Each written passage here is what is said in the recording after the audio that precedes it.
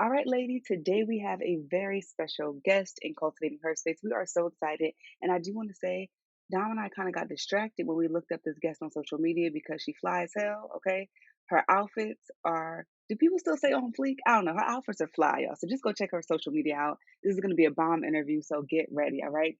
Kimberly B. Cummings is a leading career and leadership development expert and an accomplished speaker and podcast host whose mission is to empower women and people of color in the workplace. Her personal and professional development company, Manifest Yourself LLC, provides in person and virtual workshops, trainings, and coaching to professionals looking to lead a dynamic career and life. Kimberly has had the opportunity to speak and create workshops for many organizations, including the New Jersey Conference for Women, Elevate Network, Urban League, Princeton University, National Sales Network, and South by Southwest, among others. She's also on the board of directors for the Power of You Teens organization. Next Move, Best Move. I feel like that's a bar right there. Next Move, Best Move, Transitioning into a Career You'll Love is her first book. You can find more information about Kimberly online at KimberlyBCummings.com. Kimberly, welcome to Cultivating Her Space. Thank you so much for having me. I feel like this is going to be a vibe today. I can just feel it. Oh, most definitely. Definitely. Yes. We feel it too. We are looking forward to this. And so I will start us off with our quote of the day. Now, Kimberly, you post some pretty prolific things on Twitter. So I know you'll recognize this. And I will say I had a hard time choosing because again, it's these career affirmations that you post. Lady, as you're listening, I need you to go to Kimberly Cummings' Twitter page and just soak in those career affirmations. So here is our quote of the day. I am capable of bridging the gap between where I am and where I want to be. All right. That's a fave. That's one of my faves. Yes. I'm glad that is one of your faves because it was one of my faves too. And I felt that it was so fitting for the conversation that we want to have today. So we're just going to jump right in. And Kimberly, tell us why that particular affirmation is one of your faves. So one of the biggest things in your career when you're looking to level up to the next level, and in all honesty, career and life in general, is that you have to believe that you are capable of actually making that move. If you don't believe that you're capable of bridging that gap, because with any goal that we have, it's like I explained, like we are here right now to the left, right? You are in this state. This is your current state of who you are, what you want. And when you have a goal, it's moving yourself to this other phase to the right. Like you are not that thing to the right. And there's this gap in between. You have to feel and know that you are capable of bridging that gap, of doing the thing to get you to your ideal state. And if you don't believe that, it is very hard to actually bridge that gap and get there. Beautifully stated. And I feel like I have some questions about that. But first, we want to know about your origin story. Like, what even got you started into this world of career and personal and professional development? And then we'll circle back around to ask questions about that gap that you just talked about. Gosh, I'm like, I haven't been asked that question. What is your origin story specifically? Ever. So when I saw that, I was like, okay, how do I answer this? I think that I'm someone who's always been obsessed with personal and professional development, period. I always want to figure out how to do the thing. This morning, I was listening to a podcast by Ed Milet, and it was called, oh gosh, what was it called? He had Tim Glover as a guest, and it was called like Winning is Everything. That's what it was called. Winning is Everything. And I really related to that podcast because I'm someone where my friends have told me for years, like, it's all right, relax, you're good right now, you're doing enough. And I'm like, nah, nah, nah, nah, nah, nah, nah. Like, that's how I always am. I want to get to the next thing. Tim broke down that there's like 3 segments when you're thinking about winning. It's like someone who they're just happy they competed, right? They competed, they were there. That is the accomplishment. And none of these are wrong. So no shade to anyone depending upon what category you're at. But so number 1 is like you're competing, you are at the race. Number 2 is that you won one time. and that was it.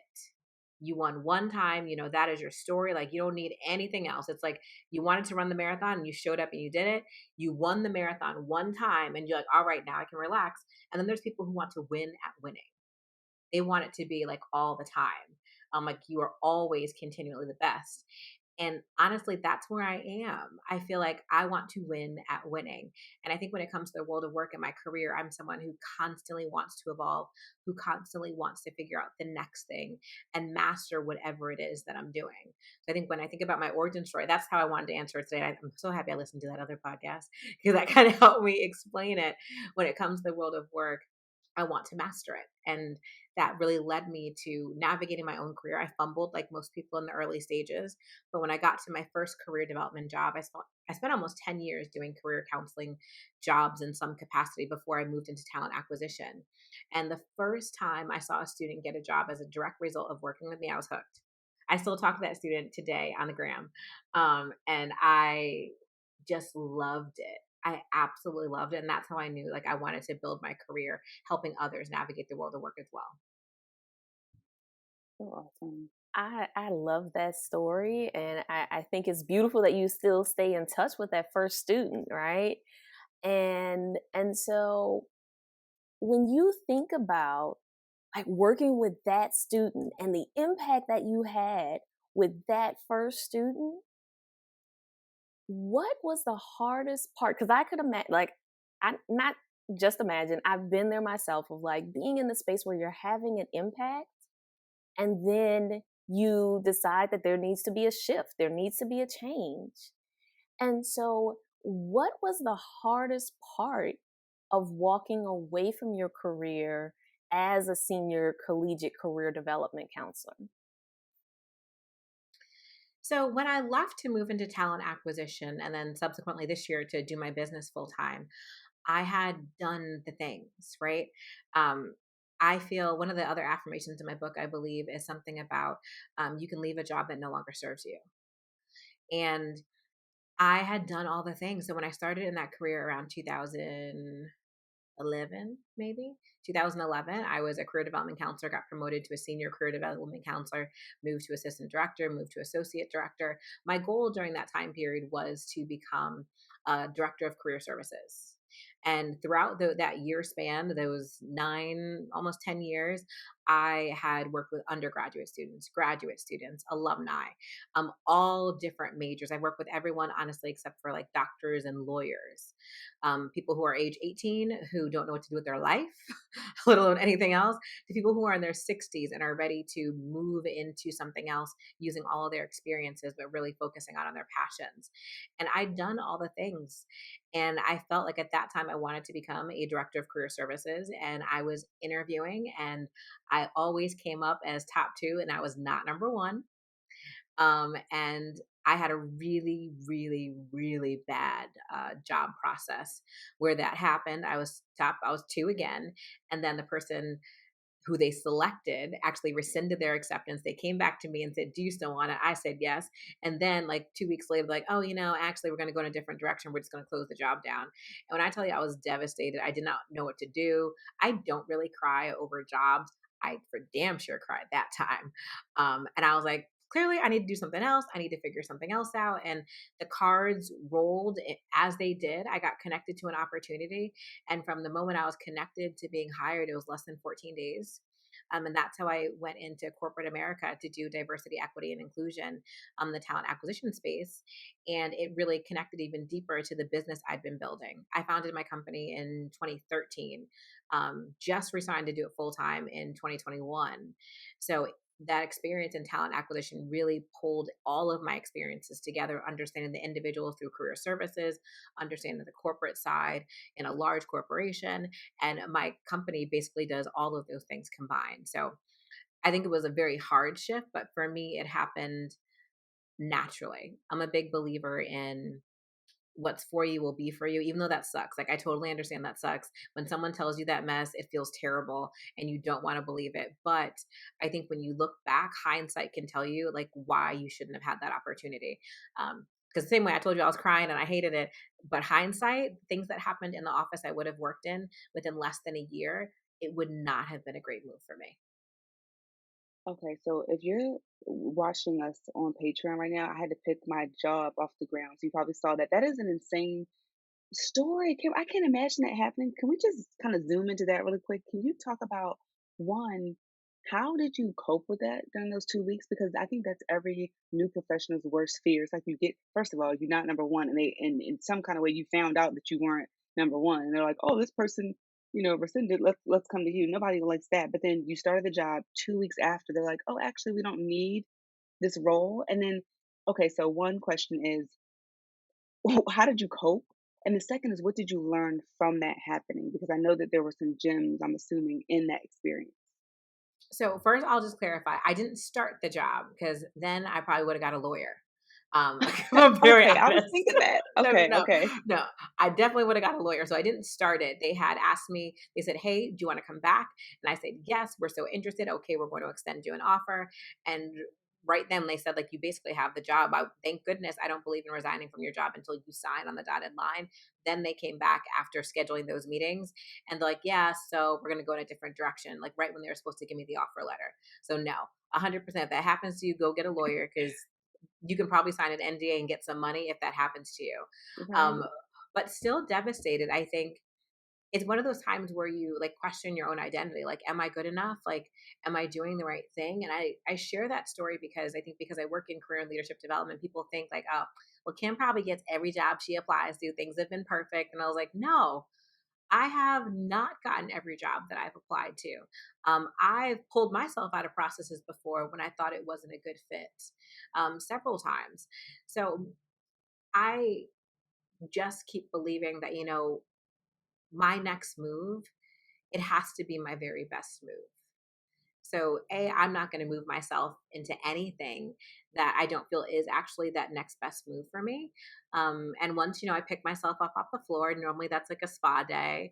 I'm very big on like actually a day. Like, we're not just getting one massage, we're getting multiple things. So, it has to be a day, head to toe. Do one of those, Yes. watch Being Mary Jane or, maybe 8 to 10 hours of Grey's Anatomy. Then, Mm, yeah. exactly. Then we get back into it. So there Yes. definitely is that period where it's not okay. I love that. I appreciate that you're acknowledging that, like, there, like, acknowledging that it's not okay, right? And then giving yourself that space to feel. Because I think oftentimes if we don't give ourselves that space to fully acknowledge, like when we live in that space of denial of how we're really feeling, then it ends up circling back or it may end up impacting our upcoming process, right? A And hundred so percent. as you were talking, the thing that kept coming up for me is one of my favorite phrases of trust the process, right?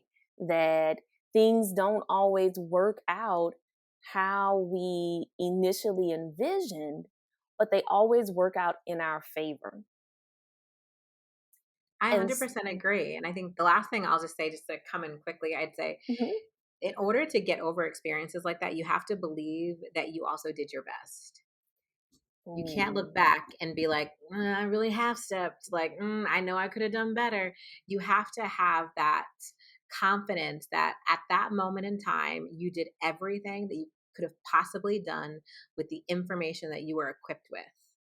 And that I tell everyone, any client who works with me, is if you've done that, then yes, sulk, we're going to feel bad, but you did everything that you could do. So you have to be okay moving forward.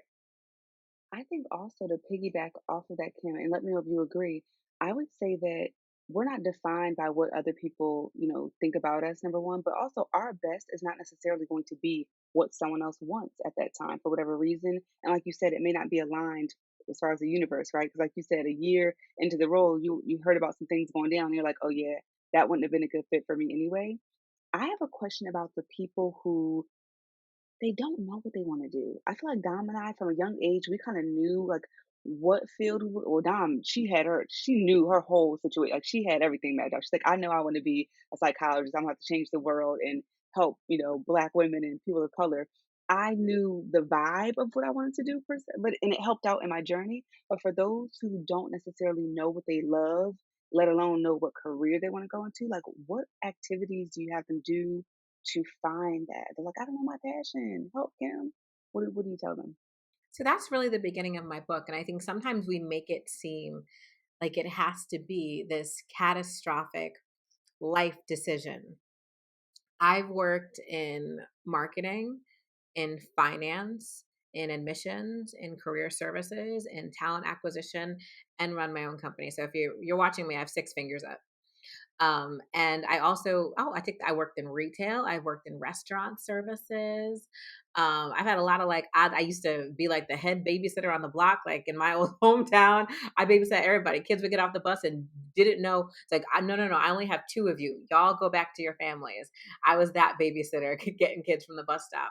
Like there's lots of things that you've done. So the first activity in my book I have people do is take an assessment of every job you've ever had. And I mean the long resume that you would never send to anyone, every single job, because many times we have lots of skills, but we're thinking about what is that long term vision. We're thinking almost like our baby boomer parents.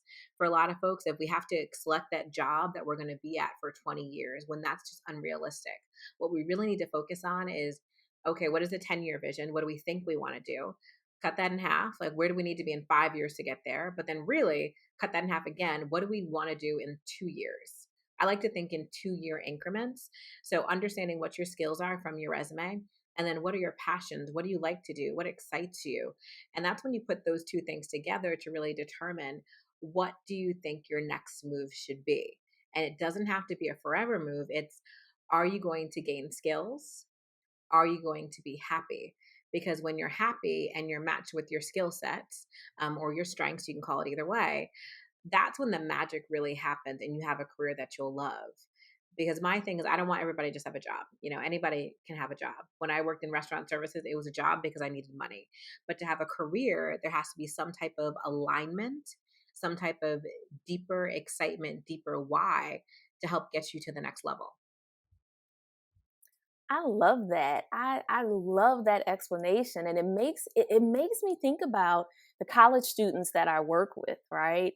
And this generation is different, right? Like you kind of spoke to that a little bit. Like they're definitely different from that baby boomer generation of you are in your career for 20 years, but they are, to me, they also feel different in that they may have one particular major and then their career might not be directly correlated, at least initially on the surface, with their, like, there might not be that direct correlation between their career and their major. And so, how do you counsel the college graduates or the college students on really identifying that career that's matching up well with their major that they're spending a lot of money on?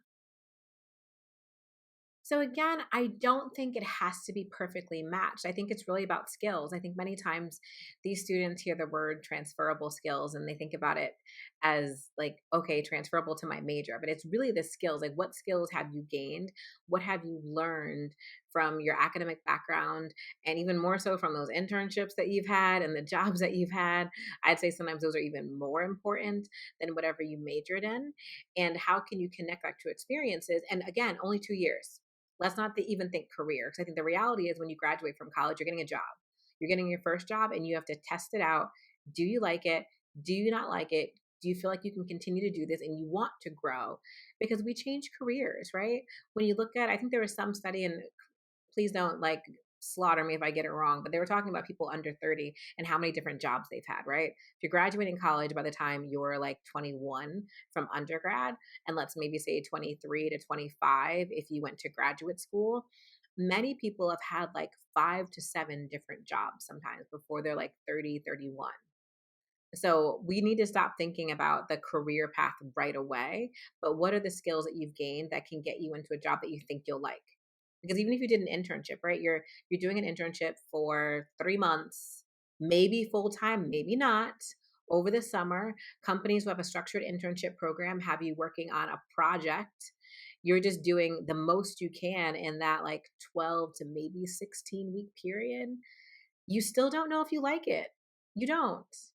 So we have to take a little bit of that stress off and just think about, what have you gained? Where do you think you can contribute? Let's try this and see if you are excited about building a career on that. But it's not uncommon, just like it's common to change majors, it's not uncommon to change once you get into the workforce and you see how things shake up.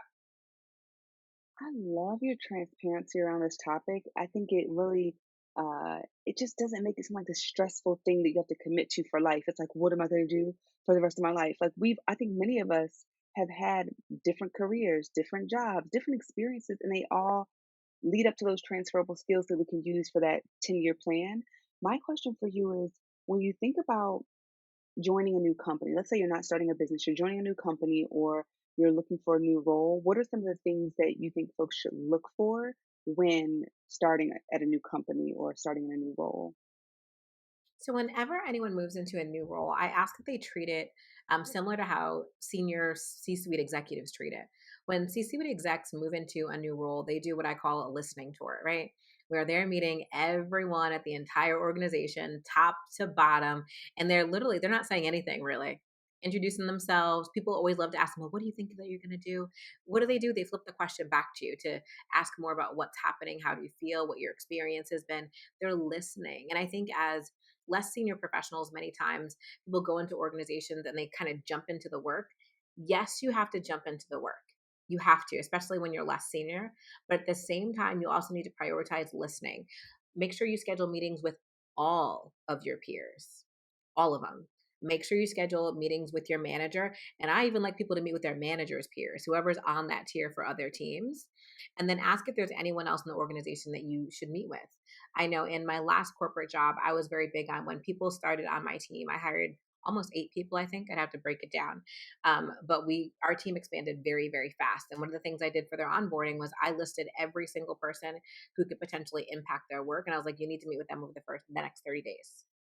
30 to 60, I need you to, we're going to get you up and running, but I need you to meet these people as well. And I think that's so important in navigating an organization and really understanding your work, how it impacts the organization, and building the relationships that you need essentially before you need them. And if you're looking to make any type of transition, so someone who's thinking about moving into a new role internally, I think these relationships end up helping you a lot, because you need that insider information to truly understand what your role is going to be like in that piece of the organization or in that next role. I think sometimes we look at our next move as being such an isolated, singular experience for us. And it is, because you're doing the work. But at the same time, think about how your relationships can help you navigate and give you the information to help you succeed. The example I always give is two candidates going into a job interview, right? So candidate one doesn't know anybody, and candidate two knows people. So they could both be equally prepared, equally amazing, right? Same experiences. But candidate one, who doesn't know anything, goes in, kills the interview with the knowledge that they had, the job description, their research, etc. But candidate two had relationships. So they were able to talk to people at the organization, understand more about the role, and they found out that the hiring leader really wants to double down on these two things. So they kind of changed their process, not their process, but changed their answers to make sure they double down on those two things. Both candidates are great, but candidate two gets the job not because they were necessarily better, but because they had more information. So instead of being like talking about the role as more of a generalist, like I can do these things, telling great stories, they just gave a little more sauce on the two areas the hiring leader was really excited about. So they do a little bit better. Like that's what relationships can do when you're in the workforce and trying to navigate and make your next move. Wow. That's some serious knowledge right there, some serious gems right there for folks. But okay, so but I want to go back to our college students, like our entry level folks, right? Is that possible for them to do that as well? To like, and so what would that look like for them? Like they're just coming in, like literally like entry level. How do they navigate that relationship building? They do the same exact thing. And I think many times we try to, in career development, I see people try and pull themselves out, right? Like, well, I'm a college student. Well, I'm almost a manager, but I'm not a manager. Ooh, no, no, I'm a director. And then, ooh, no, I'm a VP. People try and pull out the information to make it different, but it really isn't. And sometimes I say that college students, they have a teach more of an advantage because they have an alumni network. I've worked in Ivy League universities and non Ivy League universities. And one of the things that Ivy League institutions tout the most are their alumni networks. They always do. And when you look at organizations, especially some of the top companies, Fortune 100 companies, they know who's at that institution who came from which school. And those alumni proactively give more money back most of the time every single year, engage with those students. And they are so excited to hear from students who are interested in various career paths. So, as a student, a junior or senior who knows that they're either looking for a job, their last summer internship, I think it's imperative that they start to leverage the alumni networks at their current institution. Because, not to sound mean, but like the alums know, like, you're in school, you're not going to do anything for me. Okay. We're not looking for you to do anything for me. We don't need this to be mutually beneficial. That's not going to happen. It's my job is to help you. That's what the alum is there for. Versus when you get into the world of work, people may be looking for some reciprocity. There's no reciprocity when you're a student and you're a senior alum, period. The only reciprocity there is when the student gets into a world of work. If they had a referral, you kill it and you don't mess up and you do the best job possible. That is the only thing that you're really responsible for. So leverage those relationships, get in touch with your alumni association, reach out and see how you can get in touch with alums, reach out to them on LinkedIn and get that information, especially if you're at a larger university. There are alums probably all over the world that you can find by using the LinkedIn alumni tool or connecting with your alumni office. I think sometimes it really could be just a little bit easier for some of these students. That's a really, really good point. Oh my goodness. And I've noticed that too, like being in Silicon Valley, working in tech, you'll see folks refer their friends and people they went to school with to certain jobs and they get these amazing positions. And you're like, oh, they had the inside connect. That's why they were able to do that. So, our next question before we shift up the energy of this interview is what are the current trends that you're noticing as it relates to career options for Black women? Career options for Black women. I think that right now, trying to see how I can say this and be politically correct. I think that people of color are very hot right now, especially the Black community. Extremely hot. That is the thing that every company has their pulse on right now, especially I think it's people of color, but then doubling down on the Black communities. I do diversity, equity, and inclusion consulting for some organizations, and through my company, Manifest Yourself. And many times when you start to pull out the stats of different communities, Black professionals are generally at the bottom of the totem pole when it comes to representation, when it comes to internal mobility, etc. Like many times they're engaged, but they're just not promoted internally. So companies can sometimes recruit them, but the numbers are always lesser than our Latinx partners or any other people of color in the organization. So I think that right now is such a great time to be applying and networking and building relationships and allies who are people of color and not people of color, because people are very aware of it. And of course, if we double down on women, even more so, because essentially double minorities, right? They're women and they're Black women. So I think it's a really pivotal time to be out there and building key relationships and finding those allies.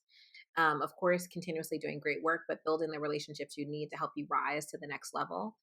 Um, and then I think in general, trends in work, I would just say everyone's talking about hybrid, right? Hybrid workforce, working remotely, all of those things.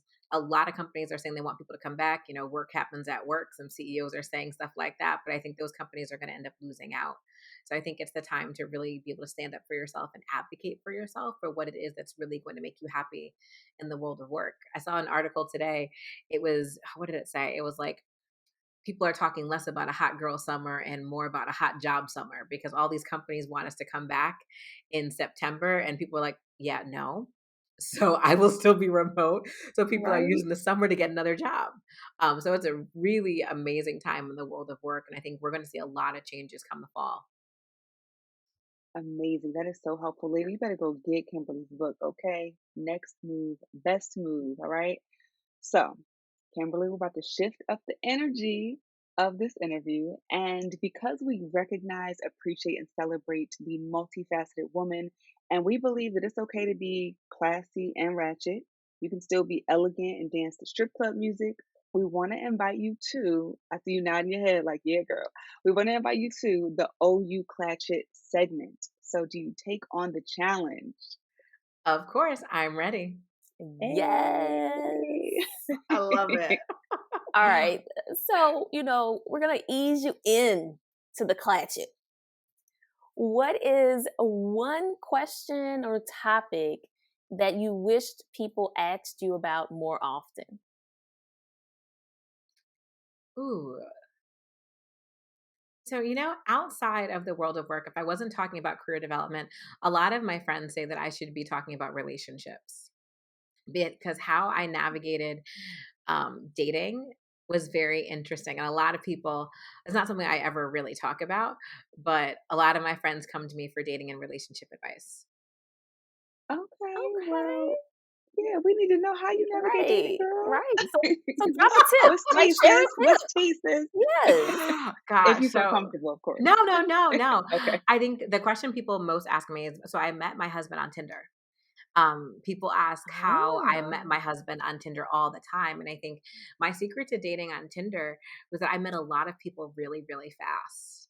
I don't believe in talking in these apps in any way, shape, or form. I believe in you meet the person, and I had no problem asking for coffee, tea, a drink. I never do dinner. I don't want to do dinner at all, ever until I get to know you. And I would go and I'd meet someone at a bar, at coffee. I'd get there before them, pay for my own drink because I don't want any of that. I want to be able to leave if I can leave, and I would meet people like that really really fast. Like maybe a little conversation on the app of like, hey, you want to grab a drink? We go grab a drink, and I get to meet you in person and really see is there any chemistry, any connection. If there was, I would generally leave time after like, oh, okay, now we can grab like a bite to eat, but it was always just a drink. And I met a lot of Ah. people and I had such a good time. I also went a lot of places by myself. I would take myself out to dinner by myself. I went to events by myself. I only went out with friends who were excited about meeting people and talking to people, not the friends who don't want you to leave them. And I had just great conversation. I'm not sure where y'all are based, but I was based in New York City when I was really dating. I even used to take myself to grab a drink at TGI Fridays in Penn Station because everybody is there. And You're my thing was if I smart. went out, I would never take my phone out. I did not allow myself to take the phone out. So even if I just chatted with the bartender, but I'd always have great conversation. And I think it was really interesting to meet a lot of people at the same time and just not really be attached, just trying to make connections and see who fit best for me. That I sounds so love fun. that. Yes. Yeah, that's I love that amazing. time. Okay. Thank you for sharing. It sounds like a vibe. I could picture it as you were talking. I'm like, oh, yes, Yes. girl, live your best life. Okay, let's dive into the next question here. What's the most embarrassing thing you've ever done to get a crush's attention? Ooh. I feel like you got a good one. You know, I think maybe I'm a little forward. So I think when I was really trying to date, I would just say something. I literally but I don't know Ah. if I did anything, like, crazy or anything embarrassing, but I would just say something. I remember I was in New York City at one of the Must Love Beards parties done by I Don't Do Club, so it was for, men with beards and the women who love them.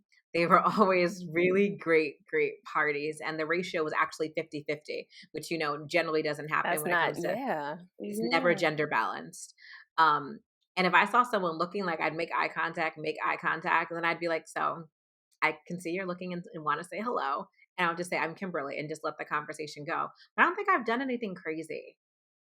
I I don't like think I that have. though. You I forward, like I know what know. I want. I'm gonna go ahead and get it. Yes. Okay, so Okay. go ahead. I just hated the waiting back and like when I was really dating, like before that, like the first time I was really out in the streets, I feel like I wasn't comfortable being myself, I Mm, guess. So now back then in like 2014, like when I was like out in the streets, I guess again, I was like, okay, like I'm just going to be myself and be friendly and have conversation. Like I'm not caring about anything else. It made me very, I guess, detached from the outcome. I was just right? able to meet great people. But yeah, I'm like, I don't think I've really done anything crazy or embarrassing. I don't Yeah, think so. that's a I'm too good self example conscious. though. I know. I love Right. that. I feel you. I love that. So, what's the sexiest item that you own? Ooh. Like an item of clothing? Doesn't have to be. We're open. Ooh. I'm gonna have to say number 2 because I'm not saying that on a podcast. Um, we you know, we state that we are not for the old people and children. So mm. Yeah, I'm not saying that. Still not. This could be no, out on the internet. Maybe I want to run for office one day, and you're this Right. is right. going to You're be right. That's recorded. smart. That's You ain't smart. put me out there like that. No, Yes. I'll give y'all number 2, and then we can Yeah. talk about number 1 when the cameras go off. After. There Got we But go. it. number 2, my godmother is a really big believer in having good lingerie. Yes. She is a big believer in it. Like I remember before my wedding night, and she's like, "You better make sure you're not out here wearing no daggone t-shirt." She's like, "You need to go and get yourself something and send me a picture." So I have good lingerie. I will Yes. say Yes. I that. love that. Yes. I love it. Now, are you gonna twerk or two-step? That's the real question. I'm going to two-step in public and twerk with my friends. Boom. Got There we it. go. Got it. There we go. One final question. What do you love most about yourself? Ooh, these questions are so great. Um, I love my ability to not stop. I think I'm very resilient. I think I'm definitely hard on myself, very hard on myself, but overall, I'm very resilient. I love that. Beautiful. Kimberly, this was such a vibe. Thank you so much for sharing your expertise with our audience. There were so many gems dropped in this episode. We thank you for the work that you do, what you do for our community, how you show up, because it really does inspire other people to let their light shine. And lady, you definitely need to go get Kimberly's book. Okay, so make sure you head on over to wherever you purchase your books. All right, I'm going to go ahead and just make sure I don't butcher the title here. It's Next Move, Best Move, Transitioning into a Career You'll Love. And, lady, as you probably know, we have more than 100 episodes, so make sure you check the archives. We've talked about everything from mommy issues, daddy issues, infertility, miscarriage, narcissist, and more on the podcast. So you can literally Google a keyword, any keyword you want to search for, along with our podcast name, and you can find what you're looking for. We also have season 7, episode 12, Finding Career Success with Dr. Kimberly James. We have season 7, episode 8, Why Black Women Need Executive Coaching with Farah Bernier. And then, of course, we have today's episode. So you can listen to all 3, get your career life in order, and we will see you on the after show. Thank you so much, Kimberly. Thank you. You're welcome. Oh, this was great. It was. It was. This was a good time.